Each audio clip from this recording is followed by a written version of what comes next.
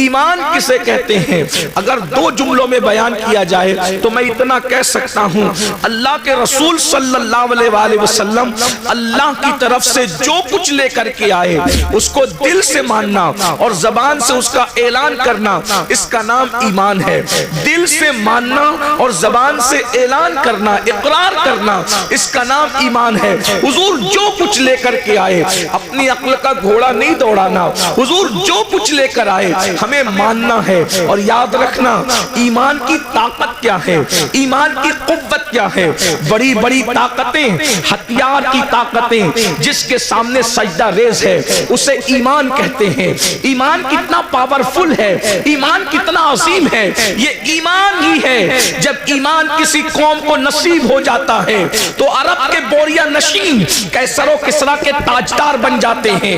ایمان جب نصیب ہو جاتا ہے، ایمان جب کسی کو نصیب ہو جاتا ہے تو اللہ اکبر، وہ لوگ جو نمک اور کافور میں فرق نہیں کر پاتے تھے وہ آسمان ہدایت کے تارے بن جاتے ہیں۔ ایمان جب کسی قوم کو نصیب ہو جاتا ہے تو بحر ظلمات میں وہ گھوڑے دوڑاتے ہیں تو گھوڑوں کی ٹاپیں بھی اللہ اکبر پانی سے بھیگتی نظر نہیں آتی۔ اسی لیے تو اقبال نے کہا تھا فی ازانے، کبھی یورپ کے کلیساؤں میں اور افریقہ کے تپتے ہوئے صحراؤں میں دشت تو دشت ہے، دریا بھی نہ چھوڑے ہم نے، بحر ظلمات میں دوڑا دیے گھوڑے ہم نے۔ ایمان کیا ہے؟ اللہ اکبر، ایمان اتنی عظیم طاقت ہے کہ فرشتے بھی ایمان والوں کو رشک کی نگاہ سے دیکھتے ہیں۔ ایمان اتنی عظیم قوت ہے کہ اللہ اکبر، دیوان گانے عشق محمد کو دیکھ کر گھبرا گئی ہے گردش دورہ، کبھی کبھی گردن میں ہاتھ ڈالے ہیں ماہ و نجوم نے، گزرا ان حدوں سے مسلمان کبھی کبھی ایمان کامل نصیب ہو جاتا ہے تو فرشتے باز نیچے رہ جاتے ہیں، مومن کامل کا مرتبہ اس سے بلند ہو جاتا ہے۔ اللہ اکبر، ارے یہ ایمان ہی ہے۔ جب مومن اپنی قبر میں جاتا ہے تو نکیرین اس کی تعظیم کرتے نظر آتے ہیں۔ ایمان والے کی تعظیم صرف زمین کے اوپر نہیں ہوتی بلکہ زمین کے اندر بھی ہوتی ہے۔ نکیرین جس کی تعظیم کرے اس کو مومن کامل کہتے ہیں، میرے امام کہتے ہیں، نکیرین کرتے ہیں تعظیم میری، نکیرین کرتے ہیں تعظیم میری، فدا ہو کے تجھ پہ یہ عزت ملی ہے۔ یاد رکھنا ایمان وہ قوت ہے، ایمان والوں سے کبھی کوئی جیت نہیں سکا، ایمان والے کبھی ہارے نہیں۔ قرآن کہتا ہے وَأَنْتُمُ الْعَالَوْنَ إِن كُنْتُم مُؤْمِنِينَ، تمہیں سر بلند ہو، تمہیں کامیاب ہو اگر تم مومن ہو۔ ایمان کو سمجھا کیا ہے، ایمان کی شان کو سمجھا کیا ہے؟ اسی لیے انسان اپنے حسن سے ناواقف ہے، انسان اپنے حسن سے ناواقف ہے۔ دوسرے آپ کے حسن کو دیکھ کر اندازہ لگا رہے ہیں کہ آپ کتنے حسین ہیں۔ بھرت بیدم شوارسی نے کہا تھا اپنی ہستی کا گر حسن نمایاں ہو جائے، آدمی اپنے انوار پہ شیدا ہو جائے۔ ہمارا ایمان کا جو حسن ہے دوسرے سمجھ رہے، منکرین اسلام سمجھ رہے کہ ایمان کی طاقت کیا ہے، اسی لیے وہ ہم سے ہماری روزی نہیں چھیننا چاہتے۔ منکرین اسلام ہم سے ہمارے گھر نہیں چھیننا چاہتے، منکرین اسلام ہماری نسلوں سے ایجوکیشن کی ڈگریاں نہیں چھیننا چاہتے۔ منکرین اسلام اگر ہم سے کچھ چھیننا چاہتے ہیں ہمارا ایمان چھیننا چاہتے ہیں، ہمارا عقیدہ چھیننا چاہتے ہیں۔ ایمان کتنی قیمتی شے ہے، آپ کو بتاؤں 1000 منکرین اسلام آئے تھے اور 313 ایمان والے آئے تھے۔ 1000 منکرین اسلام طاقت لے کر آئے، قوت لے کر آئے، تلوار لے کر آئے، پیٹ بھرے ہوئے آئے، ناچنے والیوں کو ساتھ لے کر آئے، گانے والیوں کو ساتھ لے کر آئے اور اپنے منصب مرتبے اور مقام کو ساتھ لے کر آئے۔ وہ کوئی چھوٹے موٹے لوگ نہیں تھے جو منکرین اسلام تھے، مکے کی طرف سے آئے تھے۔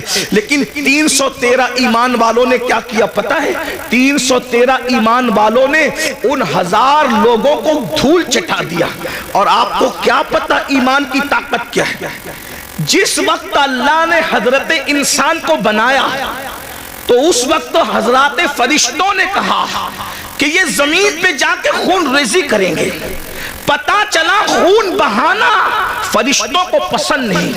ان کی عادت کیا ہے؟ صرف تسبیح اور تحلیل کرنا، صرف تسبیح کرنا، تحلیل کرنا. ان کو مارنا پیٹنا پسند نہیں ہے. لیکن مومن کی شان کیا ہے؟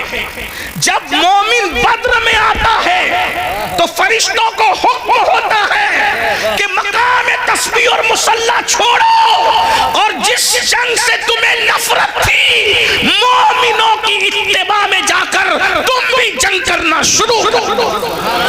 مومن کی شان، مومن کی شان. ملائکہ آتے ہیں، 5000 ملائکہ بدر میں نازل ہوتے ہیں، قطار در قطار نہ. اور صرف ملائکہ نہیں آتے بلکہ سارے فرشتوں کا جو سردار ہے وہ بھی رسول اللہ کا سپاہی بن کر کے زمین پر آتا ہے. مومن کو آپ نے سمجھا کیا ہے؟ مومن کی شان کیا ہے؟ اسی لیے ایمان چھیننے کی کوشش کی جاتی ہے، اور ہمیں مومنوں کو ایمان کی اہمیت نہیں ہے. ہم اپنے بچے کو تاجر تو بنانا چاہتے ہیں، ہم اپنے بچے کو ڈاکٹر تو بنانا چاہتے ہیں، ہم اپنے بچے کو انجینئر تو بنانا چاہتے ہیں. خطیب بنایا، ادیب بنایا، ڈاکٹر بنایا، انجینئر بنایا، ٹیچر بنایا، سب بنایا.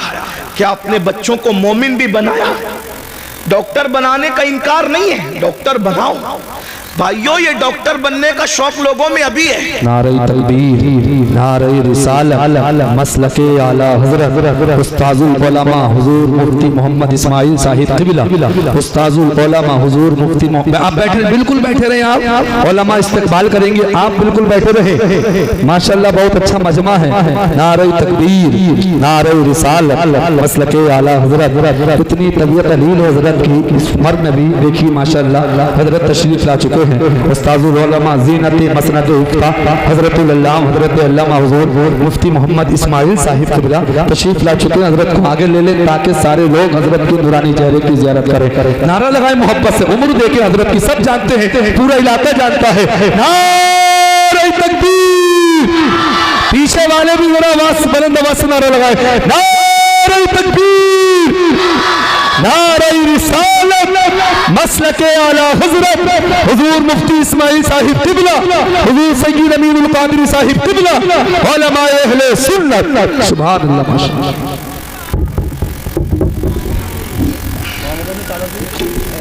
درود شریف پڑھنے. اللہم صلی وسلم وزید وبارک علی سیدنا مولانا محمد وآلہ وصحبہ. صلاۃ و سلام علیک یا رسول اللہ صلی اللہ تعالی علیہ وسلم. اللہ تعالی حضرت مفتی اسماعیل صاحب کو شفا دے، صحت دے، تندرستی عطا فرمائے. اس حالت میں بھی وہ تشریف لائے ہیں. یہ ہمارے بزرگوں کا خلوص ہے، اخلاص ہے. درود شریف ایک بار پڑھیں، میں گفتگو آگے بڑھاتا ہوں. رب صلی وسلم دائما ابدا علی حبیبک خیر الخلق کلہم. صلاۃ و سلام علیک یا جد الحسن والحسین وعلی آلک واصحابک یا جد الغوث الثقلین. تو ڈاکٹر بنا رہے، ٹیچر بنا رہے، انج سب بنا رہے. انکار نہیں. بنائیے. دنیا میں ڈاکٹر بننے کا شوق ابھی پیدا ہوا. مسلمان اس وقت سائنسی علوم کا انکشاف کر رہے تھے جب لوگ سائنس سے ناواقف تھے. اس کا ثبوت اگر دیکھنا ہے تو آپ قرآن کی ان آیات کو پڑھ کر کے دیکھیں جو سائنسی علوم کا انکشاف کرتی نظر آتا. اسی لیے آج جتنے سائنسداں ہیں کوئی یہ نہیں کہتا کہ ہم سرچ کر رہے ہیں. پڑھے لکھے لوگوں کی توجہ چاہتا ہوں. آج کوئی سائنسداں یہ نہیں کہتا کہ ہم سرچ کر رہے ہیں. ہر سائنسداں کیا کہتے ہیں؟ ہم ریسرچ کر رہے ہیں. تو ریسرچ کا مطلب کیا ہے؟ پہلے جو سرچ ہو چکا ریسرچ اسی کا تو ہوتا ہے. اس کا مطلب سائنس آج بھی یہ ماننے کو تیار ہے کہ پہلے کسی نے سرچ کیا تھا اسی کی ریسرچ ہم کر رہے ہیں. توجہ فرمائیں. تو یہ سرچ کس نے کیا؟ یہ سرچ کس نے کیا؟ آپ قرآن اٹھا کر دیکھیں تو پتا چلے گا ماں کے پیٹ میں بچہ کب کس وقت کس شکل کا ہوتا ہے. ہر مذہب خاموش ہے. اگر کوئی جواب دے رہا ہے وہ اسلام ہے اور صرف اسلام ہے. سبحان اللہ. سبحان اللہ. آپ دیکھیں نا یہ جو سرچ پیش ہے، آج لوگ ریسرچ کر رہے ہیں، سرچ تو ہم نے کیا ہے، تلاش تو ہم نے کیا ہے۔ اللہ اکبر۔ اسی طریقے سے فرعون کی ممی کے بارے میں، اس کی لاش جو میوزیم میں پڑی ہوئی ہے، اس کے بارے میں جب پی ایم کیا گیا تو ڈاکٹر اور سائنسداں اس نتیجے پہ پہنچے کہ یہ سمندر میں ڈوب کر کے مرا ہے۔ یہ رپورٹ تھی اس کے پی ایم کی، لیکن سوچا کہ آخر یہ ڈوب کے مرا، سمندر میں ڈوبنے والا باہر کیسے نکل سکتا ہے؟ سارے مذاہب کی کتاب خاموش تھی۔ اسلام نے کہا، قرآن نے کہا کہ ہم نے تیری لاش کو اس لیے بچایا تاکہ ہم تجھے لوگوں کے لیے عبرت بنا دیں۔ دیکھو قرآن بولتا نظر آیا۔ میرے بھائیوں، ایمان کی، اسلام کی عظمت کو سمجھو۔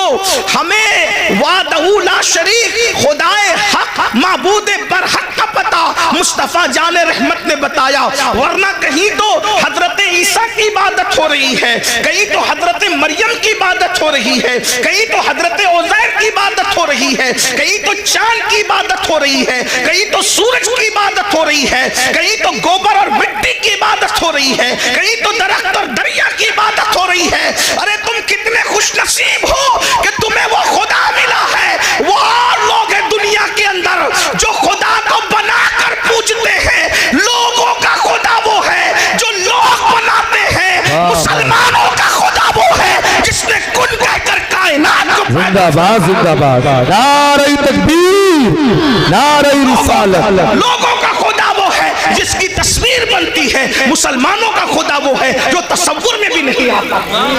اوروں کا خدا تصویر میں آتا ہے، ہمارا خدا تصور میں بھی نہیں آتا۔ ہمارا خدا اتنا بلند ہے، ارے جو تصور میں نہیں آتا وہ ہمارا خدا ہے۔ اللہ اکبر۔ اور پھر لوگ عظمت کا اندازہ کیا لگائیں جب محمد الرسول اللہ، اس کے بنائے ہوئے بندے کی عظمت کی حقیقت کو لوگ نہ جان سکے، جب اس کا بندہ ہی بے مثال ہے تو وہ خدا کتنا بے مثال بات ہے۔ زندہ باد، زندہ باد۔ ایمان کی اہمیت کو سمجھو، کون سا مذہب ہمیں نصیب ہوا ہے۔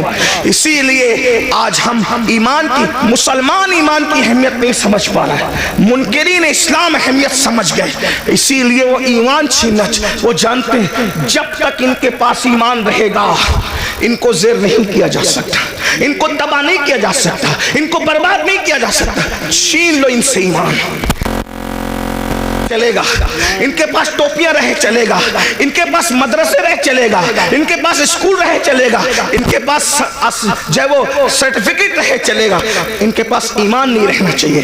اس لیے ایمان چھیننے کے لیے منصوبے بن رہے ہیں، الگ الگ منصوبے، داخلی منصوبے، خارجی منصوبے، بہت خطرناک چیلنجز کا ہمیں سامنا ہے۔ اور آپ آج ہمیں بچہ ڈاکٹر بنے، انجینئر بنے، تاجر بنے، اس کا مستقبل سدھر جائے، سب کو فکر ہے۔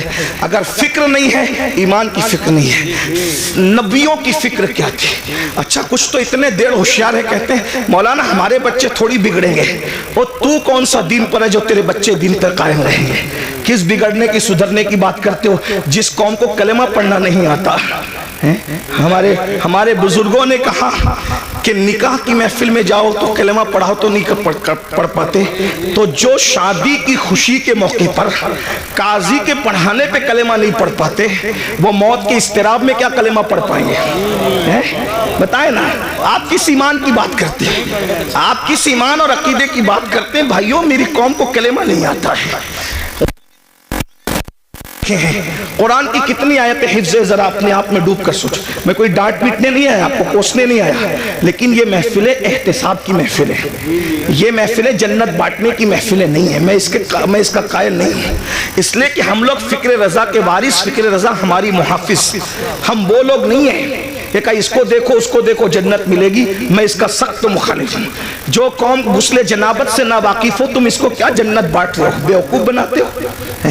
اللہ کو ہمیں منہ نہیں دکھانا ہے، خدا کو کیا منہ دکھاؤ گے؟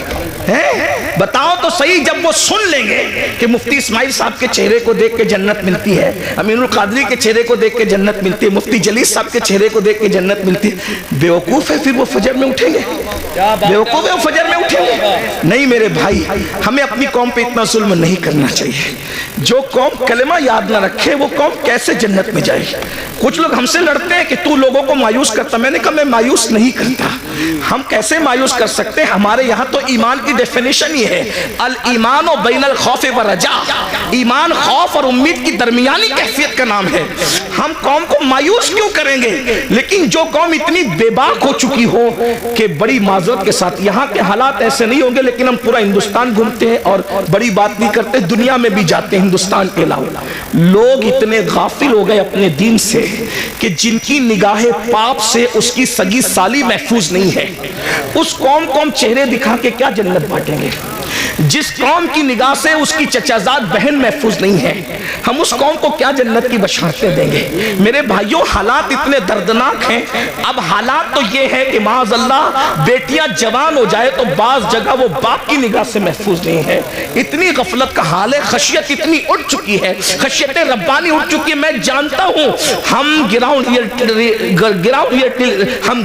ریئلٹی کے لوگ ہیں، ہم گراؤنڈ زمینی حقائق والے لوگ ہیں، ہم لوگ جانتے ہیں حالات کے تقاضے کو۔ لوگ ہمارے پاس آ کر کے باتیں کرتے ہیں، بعض بچیاں طلاق پا کر کے گھر آئی ہے تو باپ نے باپ کی نظر ڈالی ہے، بعض جو ہے وہ بہویں جوان سسر کی نگاہ سے محفوظ نہ رہ سکی ہے۔ یہ حقائق ہے، زمینی حقائق یہ ہے۔ میرے بھائیوں، جس قوم کے اندر سے خوف خدا اتنا اٹھ جائے، کہاں وہ تقویٰ تھا، کہاں وہ تقویٰ، کہاں وہ تقویٰ کہ سیدنا عمر ابن خطاب جیسی ہستی جنہوں نے رسول اللہ کی زیارت کی ہے، اور خوف کا عالم یہ ہے کہ چہرے پر آنسوؤں کے نشان ہیں۔ علامہ ابن الجوزی اپنی کتاب میں لکھتے ہیں کہ ایک مرتبہ فاروق اعظم اپنے گھر کے دروازے پر بیٹھے، فاروق اعظم گھر کے دروازے پہ بیٹھے ہیں اور چہرہ گلی کی طرف کیا ہوا ہے، ذرا غور سے سننا، گلی کی طرف کیا ہوا ہے اور دروازے پہ بیٹھے ہیں۔ ایک صحابی آتے ہیں، چلے جاتے ہیں سلام کر کے، کچھ دیر کے بعد آتے ہیں تو فاروق اعظم اسی طرح دروازے پہ بیٹھے ہوئے ہیں۔ وہ لوگ بھی کیا لوگ تھے، یہ نہیں دیکھا کہ فاروق اعظم ہے، یہ نہیں دیکھا عمر ابن خطاب ہے، یہ نہیں دیکھا کہ رسول اللہ کے صحابی ہیں۔ جب دیکھا کہ دروازے کی طرف رک کر کے بیٹھے ہیں، وہاں کسی کی رعایت نہیں تھی، کیونکہ وہ لوگ سب سے پہلے شریعت کے مرید تھے، بعد میں کسی کے مرید تھے۔ وہ لوگ سب سے پہلے شریعت کے معتقد تھے، بعد میں کسی اور کے معتقد تھے۔ فاروق اعظم کو دروازے پہ بیٹھا دیکھ کر ایک عام صحابی ٹوکتے ہیں، عمر اب تم بھی دروازے پہ بیٹھو گے رستے کی طرف منہ کر کے؟ آپ دروازے پر کیوں بیٹھے رستے کی طرف منہ کر کے؟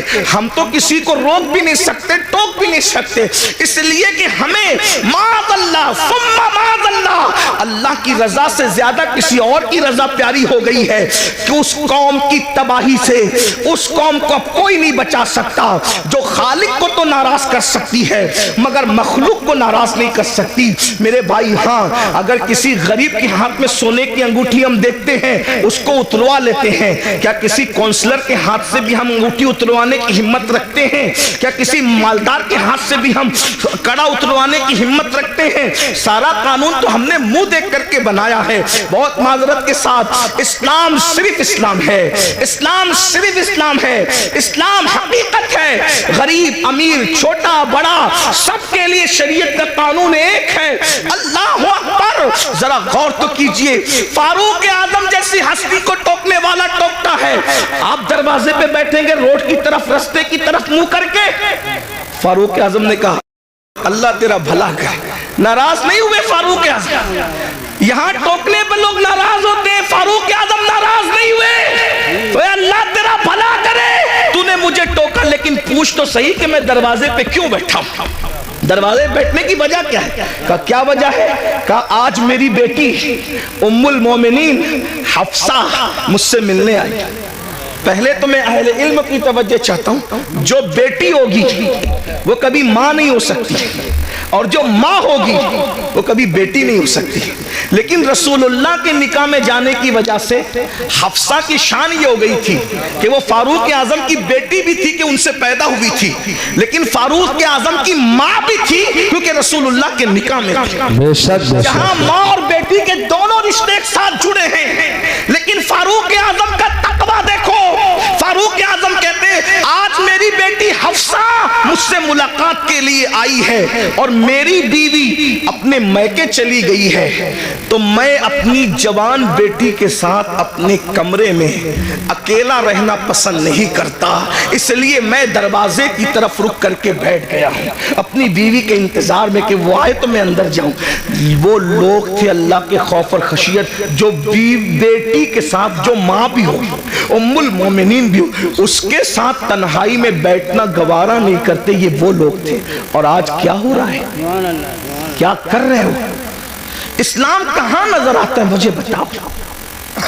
وہ قوم ایمان کو تحفظ کیسے دے سکتی ہے جس کے پاس ایمان کی کوئی اہمیت ہی نہیں؟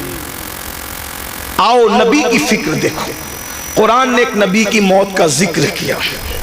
پہلے تو یہ سن لیں کہ ہم اہل سنت کے بارے میں لوگ بکواس کرتے ہیں، کہتے ہیں یہ لوگ نبی کی موت نہیں مانتے۔ میں نے کہا جھوٹ ہے، ہم اللہ کے سوا سب کی موت مانتے ہیں، حتیٰ کہ ہمارا عقیدہ ہے کہ موت کو بھی موت آئے گی، موت کو بھی موت۔ ہمارا عقیدہ، لوگ ہمارے عقیدے خود سے بیان کرتے ہیں، کبھی ہم سے سننے کی کوشش ہی نہیں کرتے۔ کبھی کہتے ہیں یہ سنی نبی کو بشر نہیں مانتے، ہم نے کہا جو نبی کو بشر نہ مانے ہم اس کو کافر سمجھتے ہیں۔ نبی بشر ہوتا ہے لیکن تمہارے ماننے میں ہمارے ماننے میں فرق یہ ہے، نبی بشر ضرور ہوتا ہے لیکن وہ ہماری طرح بشر نہیں ہوتا، وہ خیر البشر ہوتا ہے، وہ سید البشر ہوتا ہے، وہ رشک بشر ہوتا ہے، وہ افضل البشر ہوتا ہے۔ ہاں بلکہ لباس بشر میں نبی کو بھیج کر قدرت نے بشریت کو معراج عطا فرما دی ہے۔ بیدم شوارسی نے کہا تھا ابعاد بھی کچھ اور ہماری نظر میں ہے، ابعاد بھی کچھ اور ہماری نظر میں ہے، جب سے سنا ہے یار لباس بشر میں ہے، جب سے سنا ہے یار لباس بشر میں ہے۔ تو نبی کو موت آتی ہے اور نبی کو موت آئی۔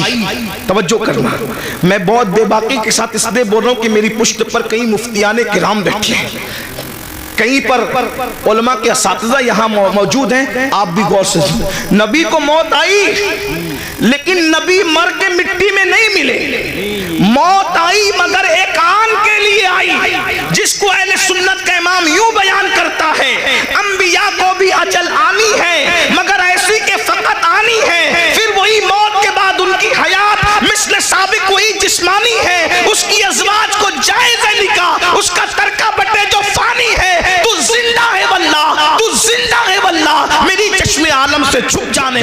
سبحان اللہ سبحان اللہ۔ ایک نبی کی موت کا ذکر ہو رہا ہے، قرآن کہتا ہے اذ حضر یعقوب الموت، سورۃ البقرہ ہے، اللہ پاک ارشاد فرماتا ہے اور یاد کرو، اذ یاد کرو، حضر یعقوب الموت۔ ہائے ہائے، قرآن بیان کر رہا ہے نبی کی موت کو، کیا کہا؟ حضر یعقوب الموت، حضر یا موت حاضر ہوئی، موت حاضر ہوئی کہاں؟ یعقوب علیہ السلام کے پاس۔ پتا چلا انبیاء کی بارگاہ وہ ہے جہاں موت بھی حاضر ہوتی ہے، موت بھی حاضری دیتی ہے۔ ہاں، اس کا مطلب یہ کہ تم اور طرح مرتے ہو، انبیاء اور طرح دنیا سے تشریف لے جاتے ہیں۔ دیکھیے حاضر ہونے میں اور تشریف لانے میں فرق ہے۔ ویسے یوپی میں بتانے کی ضرورت نہیں، یوپی کے لوگ بہت پڑھے لکھے ہوتے، اردو تو جانتی ہیں۔ اگر کوئی چھوٹا کسی بڑے کے پاس آ کر کہے کہ میں تشریف لایا تو پڑھا لکھا آدمی ضرور ہنسے گا کہ بڑوں کے پاس تشریف نہیں لاتے بلکہ بڑوں کے پاس حاضر ہوتے ہیں۔ اور جب بڑا کہے گا، جیسے مثال کے طور پہ اگر میں کہوں کہ حضرت مفتی اسماعیل صاحب کی بارگاہ میں میں حاضر ہوا تو صحیح ہے، لیکن اگر یہ کہوں کہ میرے پاس مفتی اسماعیل صاحب حاضر ہوئے تو غلط ہو گیا، بلکہ مجھے کیا کہنا پڑے گا؟ حضرت مفتی اسماعیل صاحب تشریف لائے۔ بات سمجھ میں آتی ہے؟ اب قرآن کیا کہہ رہے؟ حضر یعقوب الموت، موت حاضر ہوئی یعقوب کے پاس۔ تو پتا چلا یعقوب بڑے ہیں علیہ السلام، اور مرتبہ موت، یہاں موت سے مراد موت کا فرشتہ ہے۔ ایسی بات ہے ہمارے نبیوں سے، ہمارے نبیوں سے رسول ملائکہ کا مرتبہ افضل نہیں ہے نا؟ ہمارے یہاں پڑھایا جاتا ہے رسول ملائکہ سے انبیاء کرام اور رسولان اعظام جو انسانوں میں ہیں وہ افضل ہے۔ ٹھیک، حضر یعقوب الموت، اس سے پتا چلا۔ اور پھر اس کے بعد کیا قرآن کہتا ہے؟ جب موت حاضر ہوئی تو قرآن کہتا ہے حضرت یعقوب علیہ السلام نے اپنے بچوں کو، پوتوں کو، بیٹوں کو، سب کو جمع کیا اور کیا کہا؟ اذ قال لبنی ما تعبدون من بعدی کہ تم میرے بعد کس کی عبادت کرو گے. نبی کو فکر کیا ہے؟ بیٹے کیسے کیسے بیٹے ہیں؟ کیا نبی نے تربیت نہیں کی ہوگی؟ یا یوسف علیہ السلام جیسا بیٹا. اسی طریقے سے ان کے اور جو 11 بیٹے تھے، یاد رکھیے گا وہ جو 11 بیٹوں کا تذکرہ قرآن میں ہے، ہم ان کی بے ادبی نہیں کر سکتے کیونکہ وہ بگڑے ہوئے لوگ نہیں تھے. وہ تو ایک ان کی ایسی لغزش تھی جو رشک کی بنیاد پر ہو گئی تھی، ہے نا؟ مگر وہ اولاد پیغمبر تھے. ان کے اور ان کی اولادیں یعقوب علیہ السلام کو فکر ہے تو یہ نہیں کہ میرے بچے میرے بعد کھائیں گے کیا، کیونکہ رزق کا وعدہ اللہ نے کیا، اللہ رزاق ہے. میرے بعد میرے بچے پہنیں گے کیا، اللہ رب ہے وہ پہنائے گا بھی. میرے بعد میرے بچوں کا کیا ہوگا، ارے وہ سب کچھ انتظام کر دے گا. نبی کو فکر ہے دنیا سے جاتے وقت تو اپنے بچوں کے ایمان کی فکر ہے. پوچھتے ما تعبدون من بعدی، میرے بعد تم کس کی عبادت کرو گے؟ تو بیٹوں کی بھی تربیت ہوئی تھی، پوتوں کی بھی تربیت ہوئی تھی. انہوں نے کیا کہا؟ قالوا نعبد الہک. اب یہاں توحید بیان ہو رہی ہے، توجہ کرنا. یہیں سے ایمان، اب گفتگو کا آغاز ہوتا ہے. ایمان اصل کیا ہے، توحید اصل کیا ہے؟ قالوا نعبد، ہم عبادت کریں گے الہک، جو تمہارا خدا ہے. یہ نہیں کہا اللہ کی عبادت کریں گے، یہ نہیں کہا اللہ کی عبادت کریں گے. کیا کہا؟ الہک، آپ کے خدا کی عبادت کریں گے. وَإِلَٰهَ آبَائِكَ، اور آپ کے باپ داداؤں کا جو خدا ہے. اور پھر تشریح آ گئی اسماعیل ابراہیم و اسماعیل و اسحاق، جو ابراہیم کا خدا ہے، جو اسماعیل کا خدا ہے، جو اسحاق کا خدا ہے. توحید بیان ہو رہی ہے مگر میری بیان نہیں ہو رہی ہے، بلکہ توحید اللہ والوں کے ذریعے سے بیان ہو رہی ہے. پتا چلا وہ توحید شیطانی توحید ہے جس میں کہا جاتا ہے اللہ کو مانیں گے اور کسی کو نہیں مانیں گے. قرآنی توحید یہ ہے الہک و الہ آبائک ابراہیم و اسماعیل و اسحاق، یعنی کہ جو آپ کا خدا ہے. پتا چلا اگر یہ کہتے کہ خدا کی عبادت کریں گے تو بعد میں لوگ ڈھونڈتے کون سا خدا، کون سا خدا، کون سا خدا. الہک، اے یعقوب تم جس کی عبادت کرتے رہے ہم اسی خدا کی عبادت. نعرہ تکبیر، نعرہ رسالت، مسلک اعلی حضرت، جشن دستار بندی. سبحان اللہ، ماشاءاللہ. اب یہاں لوگ ہم سے کہتے ہیں تم تو صرف نبی نبی نبی نبی کرتے رہتے ہو، تم اللہ کا ذکر نہیں کرتے. میں نے کہا یہ بھی اللہ کی سنت ہے. کیا بات ہے، یہ بھی اللہ کی سنت ہے کہ اللہ نے اپنا تعارف کہیں اکیلے نہیں کرایا، اپنا تعارف ہمیشہ اپنے مقبول بندوں کے ذریعے سے کرایا. سبحان اللہ. آئیے میں چونکہ مدرسے کی محفل ہے تھوڑی مشکل بات کر دوں، علماء کی برکت سے اللہ آپ کو سمجھا دے گا، آپ کی سمجھ میں آ جائے. کچھ لوگ حضور کے پاس آئے اور پوچھنے لگے کہ آپ کا خدا کیسا ہے وہ بتائیے.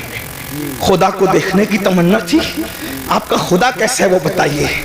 تو وہ پوچھنے لگے آپ کا خدا مٹی کا ہے، سونے کا ہے، چاندی کا ہے، تانبے کا ہے؟ کیونکہ اب تک وہ یہی سب دیکھ رہے تھے نا، تو جو دیکھ رہے تھے وہی دماغ میں گھوم رہا تھا. آپ کا خدا کیسا ہے اے محمد صلی اللہ علیہ وسلم؟ ہم اس طرح حضور کا نام نہیں لیتے لیکن انہوں نے کہا تو میں نقل کر رہا ہوں. کیا کہا؟ اے مسلمانوں کے پیغمبر، آپ کا خدا مٹی کا ہے، تانبے کا ہے، پیتل کا ہے، کیسا ہے آپ کا خدا؟ تو اللہ نے ایک سورت پورے قرآن میں اپنے لیے خاص کر دی. دیکھو اہل سنت لوگ کہتے ہیں ان کو تو نبی اس وقت کچھ نظر نہیں آتا، یہ شرک کرتے ہیں. ہم نے کہا پاگل ہوئے ہو، تم بھی انگریزوں کی پیداوار میں سے پیداوار ہو، قرآن سمجھتے نہیں. اگر تم نے غداری نہ کی ہوتی تو آج امت کا یہ حال نہ ہوا ہوتا. سہارنپور والوں، سہارنپور کے آس پاس والوں، بہت برا کیا تم نے. تمہیں مر کے اللہ کو جواب دینا ہے. توحید کے نام پہ تم نے توحید کا گلا گھونٹنے کی کوشش کی ہے، لیکن قرآن کی توحید میں آپ کے سامنے پیش کروں. میری بات مشکل تو نہیں لگی، اتنی مشکل کبھی نہیں کرتا، لیکن چونکہ ایمان ہی ایک مشکل عنوان ہے نا. تو اللہ کے نبی سے پوچھا گیا. میں بھی ہو سکتا تھوڑا سبق سنا دوں آپ کو، آپ کے ہمارے علماء کو، تاکہ آپ کو سمجھ میں آئے کہ ایمان کیا ہے، اللہ کیا ہے. اللہ کیا یہ تو سمجھ میں آئے. تو اللہ سے, اللہ کے رسول سے پوچھا, حضور سے پوچھا کہ آپ کا اللہ کیسا ہے, مٹی کا ہے, سونے کا ہے, تانبے کا ہے, پیتل کا کیسا ہے؟ تو اللہ نے ایک سورت پوری صرف اپنے لیے کر لی. 114 سورتوں میں ایک سورت اللہ کے لیے, ہر سورت میں سب کا بیان ہے. سورہ فاتحہ اتنے مضامین ہیں کہ زندگی ختم ہو جائے مضامین ختم نہ ہو. یہی قرآن کا معجزہ ہے. توریت کے سارے مضامین, انجیل کے سارے مضامین, زبور کے سارے مضامین, صحائف ابراہیم اور تمام انبیاء کے صحیفوں کے سارے مضامین قرآن میں, اور قرآن پورا سمٹ کر سورہ فاتحہ میں آ جاتا ہے, اور سورہ فاتحہ پوری سمٹ کر بسم اللہ میں آ جاتی ہے, اور بسم اللہ پوری سمٹ کر با میں آ جاتی ہے, اور با پوری سمٹ کر با کے نقطے پوائنٹ میں آ جاتی ہے. سبحان اللہ, ماشاءاللہ. اسلام نے 1450 سال پہلے کہا تھا کہ نقطہ بھی بے معنی نہیں ہوتا, اس لیے آج سائنسداں تحقیق کر رہے ہیں کہ نقطے کا مطلب کیا ہے, نقطے کا مطلب. اور مولا علی کہتے تھے وہ با کا نقطہ میں ہی ہوں, با کا نقطہ نہیں. اسی لیے صوفیہ علی کو ناطق قرآن کہتے ہیں. بے شک, بے شک. مولا علی کو ناطق قرآن کہتے ہیں. ہاں, بات یاد رکھنا, لیکن یہ بھی یاد رکھنا علی ناطق قرآن ضرور ہے, لیکن ابو بکر صدیق کا مقتدی ہے. کیا بات ہے, واہ واہ واہ واہ. بے شک, بے شک. علی ناطق قرآن ضرور ہے, لیکن صدیق اکبر کا وہ 2.5 سال تک کہتے رہے پیچھے اس امام کے, 10 سال تک کہتے رہے فاروق اعظم کے پیچھے اس امام کے, 12 سال عثمان غنی کے پیچھے اس امام کے. میں سوچتا ہوں پیچھے کھڑے رہنے والا ناطق قرآن ہے تو مرتبہ صدیق اکبر کا کیا, مرتبہ فاروق اعظم کا کیا ہوگا, بے شک, عثمان غنی کا کیا ہوگا. اسی کو میرے امام کہتے ہیں تیرے چاروں ہمدم ہے, یک جان یک دل, ابو بکر, فاروق و عثمان علی ہے. صدق و عدل و کرم و ہمت میں 400 شعرے ہیں ان چاروں کے. ایمان کے بڑے تقاضے ہیں. تو بہرحال 114 صورتیں ہیں, 114 صورتوں میں ہر صورت میں کسی میں جنت کا ذکر ہے تو جہنم کا بھی. ایک بات عرض کروں, آپ بہت اچھے سے سن رہے تو ہمت کر رہا ہوں, قرآن کی یہی شان ہے. ابھی حفظ کی غالباً دستار ہوگی, ساتھ حافظ بنے. ایک بات آپ کے سامنے رکھو, جس کتاب میں سائنس بیان ہوتا ہے اس میں الجبرا نہیں بیان ہوتا, اور جو الجبرا کی کتاب ہوتی ہے اس کے اندر جغرافی بیان نہیں ہوتا. جو جغرافی کی کتاب ہوتی ہے اس کے اندر جو ہے وہ مذہب بیان نہیں ہوتا, اور جس میں مذہب بیان ہوتا ہے اس کے اندر سائنس بیان نہیں ہوتا ہے نا. ایسے اگر آپ مذہب کی کتاب میں جغرافی بیان کریں تو مضمون بدلنے سے ساری گڑبڑ ہو جائے. جیسے شاعر لوگ ابھی نعت پڑھ رہے تھے, کلام پڑھ رہے تھے, اگر یہ نعت پڑھتے پڑھتے لک بدر فی الوجہ الاجمل خط حال ما زلف ابر اجل ترے چندن چندر پرو کنڈل رحمت کی بھرن برسا جانا, یہ شعر پڑھتے اور ساتھ میں غالب کا یہ جوڑ دیتے کہ کل 14ویں کی رات تھی شبر رہا چرچا تیرا, کچھ نے کہا کہ چاند ہے, کچھ نے کہا چہرہ تیرا, ہم بھی وہاں موجود تھے, ہم سے بھی سب پوچھا کیے, ہم چپ رہے, ہم ہنس دیے, منظور تھا پردہ تیرا. کچھ لوگ چپل اٹھا لیتے کم بخت, کم سے کم نعت کا تقدس تو دیکھ, کہاں وہ چہرے بددہا اور کہاں غالب کے محبوب کا چہرہ, تھوڑی شرم تو کر. مضمون بدلا, گڑبڑ ہوئی کہ نہیں؟ ایسا لگا جیسے مخمل کی چادر میں ٹاٹ کا پیون لگ گیا. ایسے ہی ہے نا, بولو بھئی ایسے ہے کہ نہیں ہے؟ ایک عنوان, جیسے ابھی میں عنوان بیان کر رہا ہوں ایمان پر, اور ایمان بولتے بولتے اچانک میں لطیفہ بولنے لگوں تو کہیں گے کس مسخرے کو لا کے بٹھایا ہے. علماء کا بھی خیال نہیں کیا. ارے 5000 لوگ تھے, 1 گھنٹہ برباد نہیں کیا, بلکہ 5000 لوگوں کا 1 گھنٹہ برباد کیا تو مسلمانوں کے 5 گھنٹے امین القادری نے برباد کر دیا. کیوں لائے تھے اس کو؟ ہے کہ نہیں بھائی یہ بات؟ تو عنوان بدلتا ہے تو مخمل میں ٹاٹ کا پیون لگتا ہے. علمی دیانت کے خلاف ہے عنوان کا بدل دینا, اور عنوان بدلتا ہے تو بوجھل ہو جاتا ہے انسان. موت کے موقع پر شادی کی بات کرنا مزہ نہیں آتا, شادی میں موت کا ذکر کرنا مزہ نہیں آتا, رونے کی محفل میں ہنسانا, ہنسنے کی محفل میں رلانا اچھا نہیں لگتا, بے وقت کی شہنائی اچھی نہیں لگتی. مگر قربان دنیا کی کوئی کتاب ایک ٹاپک پر ہے, مگر یہ صرف اللہ کی کتاب ہے, قرآن. قرآن کی صورتوں کو دیکھ لو، اللہ اکبر، جنت کا ذکر آ رہا ہے، جنت کی باغوں کا ذکر آ رہا ہے، حوروں کا ذکر آ رہا ہے، غلما کا ذکر آ رہا ہے، محلوں کا ذکر آ رہا ہے، جنت کے اندر نہروں کا ذکر آ رہا ہے، اللہ اکبر، فرشتوں کا ذکر آ رہا ہے، فرشتوں کا سلام کرنے کا ذکر آ رہا ہے، ایک دوسرے کے ملنے کا ذکر آ رہا ہے، حوروں کا ذکر آتا ہے، بڑی آنکھیں ہیں، جوبنوں کا ابھار ہے، حسن ہے، یہ ہے، وہ ہے، کنگن ہے، لباس ہے، لیکن یہ بیان کرتے کرتے اچانک پھر جہنم کا ذکر آتا ہے، لیکن عنوان بوجھل نہیں کرتا بلکہ حسن اور بڑھ جاتا ہے۔ اللہ اکبر، یہ کتاب ہے قانون کی کتاب، لیکن اس کے اندر بہاروں کا ذکر بھی ہے، جہنم کا ذکر بھی ہے، انسان کا ذکر بھی ہے، جانوروں کا ذکر بھی ہے، چوپاؤں کا ذکر بھی ہے، پرندوں کا ذکر بھی ہے، شجر کا ذکر بھی ہے، حجر کا ذکر بھی ہے، شفق کا جمال بھی ہے، افق کی سرخی بھی ہے، ستاروں کی انجمن بھی ہے، انسان کا حسن بھی ہے، بڑھاپے کے گڈھے خد و خال بھی ہے، عمر کا سٹیایا پن بھی ہے، احسن القصص، کسی کے گمنے کا ذکر بھی ہے، کسی کے ملنے کا ذکر بھی ہے، کسی کے آگ میں جانے کا ذکر بھی ہے، گلزار بن جانے کا ذکر بھی ہے، کسی کے ظلم کا ذکر بھی ہے، کسی کے انصاف کا ذکر بھی ہے، کسی کے تقدس کا ذکر بھی ہے، کسی کے زنا کا ذکر بھی ہے، کسی کی فکری آوارگی کا ذکر بھی ہے، کسی کی فکری تقدس کا ذکر بھی ہے۔ قرآن بیان کرتا ہے مگر بوجھل نہیں ہوتے بلکہ عقیدتیں بڑھتی چلی جاتی ہے، مزہ بڑھتا چلا جاتا ہے اور دل پکار اٹھتا ہے۔ یہ کسی انسان کا کلام نہیں ہے، یہ کسی ایسی ہستی کا کلام ہے جسے واقعی خدا کہلانے کا حق ہے۔ کیا بات ہے، بے شک، سبحان اللہ، ماشاءاللہ۔ قرآن ہے 6666 آیتوں میں پوری کائنات بیان کر کے رکھتی ہے، ستاروں کی انجمن بیان ہو رہی ہے، خلائیں بیان ہو رہی ہے، ولایت بیان ہو رہی ہے، نبوت بیان ہو رہی ہے، رسالت بیان ہو رہی ہے، فرعونیت بیان ہو رہی ہے، حمانیت بیان ہو رہی ہے، قارونیت بیان ہو رہی ہے، خلت بیان ہو رہی ہے، موسیٰ کا جلال بیان ہو رہا ہے، نوح کی شجاعت بیان ہو رہی ہے، عیسیٰ کا تکلم بیان ہو رہا ہے، مریم کا تقدس بیان ہو رہا ہے، سب کچھ بیان ہو رہا ہے، زلیخا کا پیار بیان ہو رہا ہے تو مریم کا تقدس بھی بیان ہو رہا ہے، یوسف علیہ السلام کی طہارت بھی بیان ہو رہی ہے۔ توجہ تو کریں، ایک قرآن ہے، سب مضامین کو سمیٹ لیا، بلکہ قیامت تک جتنے مضامین ہم مر جائیں گے لیکن ہماری نسلیں دیکھے گی، ہو سکتا ہے اگر یہ تقریر اس وقت رہی تو لوگ شاید کہیں گے کہ کسی کہنے والے نے مجذوب کی بڑھ نہیں تھی، یہ صرف عقیدت نہیں تھی بلکہ حقیقت تھی۔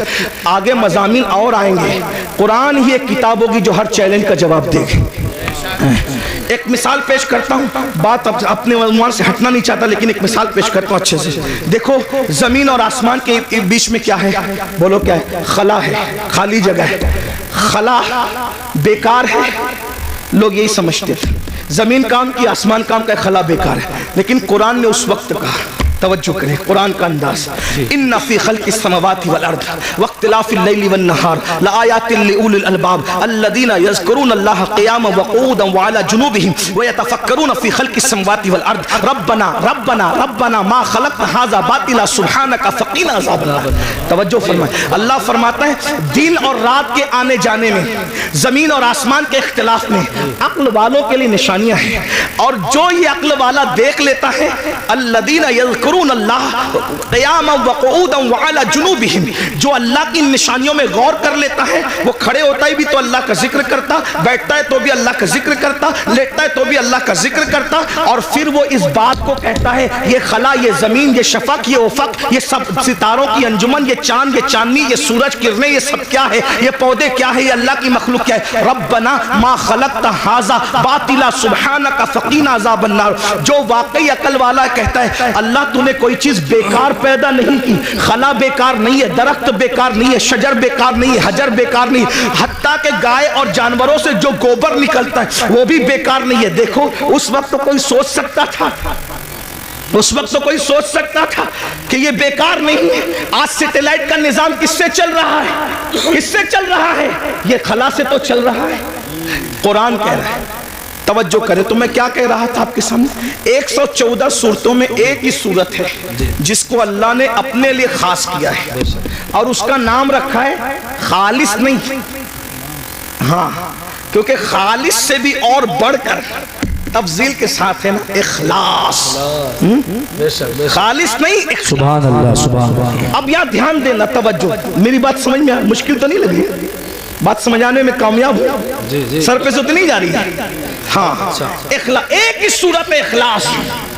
اب میں تھوڑا سا اپنے لب و لہجے میں بات کرتا ہوں، اخلاص کسے کہتے ہیں؟ ہم کہتے ہیں نا بھائی اخلاص کے ساتھ کام کرو، مطلب کسی کے لیے نہ کرو، ایک کے لیے کرو. تو جس میں دو آ جائے وہ خالص نہیں رہتا. اخلاص کیسے ہو سکتا ہے؟ جیسے اگر دودھ میں پانی ملا دیا تو خالص رہا؟ بولو بھائی، علماء بول رہے ہیں، آپ لوگ نہیں بول رہے ہیں، مجھے ڈر لگ رہا ہے کہ میرے جانے کے بعد بولیں گے یہ بات سمجھ میں نہیں آئی. بولو بھائی، دودھ میں پانی ملا تو خالص رہا کیا؟ مل کے بولو، خالص رہا کیا؟ جب خالص نہیں رہا تو اخلاص کیسے ہو سکتا ہے؟ تو دودھ میں پانی ملے گا تو ملاوٹ ہو گئی، اخلاص نہ رہا. پانی کے اندر پانی ملا دیا لیکن بسلیری میں بورنگ کا پانی ملایا تو بھی خالص نہیں رہا، ملاوٹ ہوگی. ہے پانی، کوالٹی ایک نہیں ہے، اس لیے اخلاص خالص نہیں رہا. دیسی گھی میں نقلی گھی ملا دیا، دونوں گھی ہے، کہنے میں بھی گھی ہے، لیکن بولو خالص رہا؟ بولو بھائی، خالص کس کو کہتے ہیں؟ جس میں صرف ایک ہوگا، دوسرا نہیں ہوگا. اب جس میں اللہ نے اپنی ڈیفینیشن بیان کی، اپنا پریچے کرایا، اپنا تعارف کرایا، اپنے آپ کو بتایا، اس صورت کا نام رکھا خالص نہیں، اخلاص. یعنی اس میں جہنم کا ذکر نہیں کروں گا. 113 صورتوں میں جنت اور جہنم کا ذکر